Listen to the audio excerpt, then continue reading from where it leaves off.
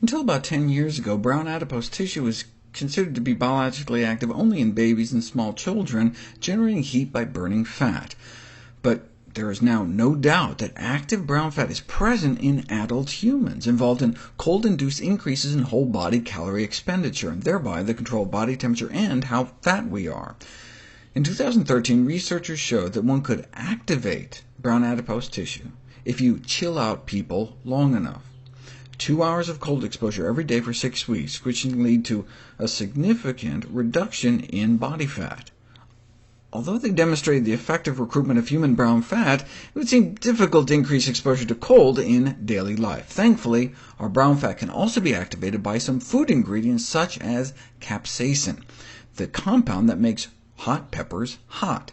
Whereas increased physical activity is usually recommended to increase energy expenditure, specific food components such as capsaicin are known to burn off calories and fat. A significant rise in energy expenditure within 30 minutes of eating the equivalent of a jalapeno pepper. Normally, when we cut down on calories, our metabolism slows down, undercutting our weight loss attempts, but sprinkling 1/3 of a teaspoon of cayenne pepper powder onto our meals counteracts the metabolic slowdown and promotes fat burning.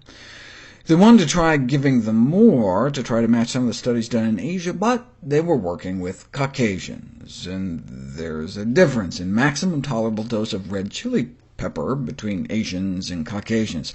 Take some Japanese women, you can boost the fat burned after a high-fat meal too, adding over a tablespoon of red pepper powder. We've known for decades that cayenne pepper increases metabolic rate, but we didn't know how.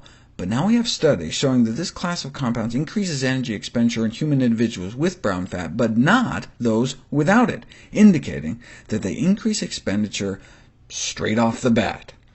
And there's all sorts of structurally similar flavor molecules in other foods like black pepper and ginger. We expect to activate thermogenesis as well, but they haven't been directly tested. All these results suggest that the anti-obesity effects of pepper compounds are based on the heat-generating activity of recruited brown fat. Thus, repeated ingestion can mimic the chronic effects of cold exposure without having to freeze ourselves.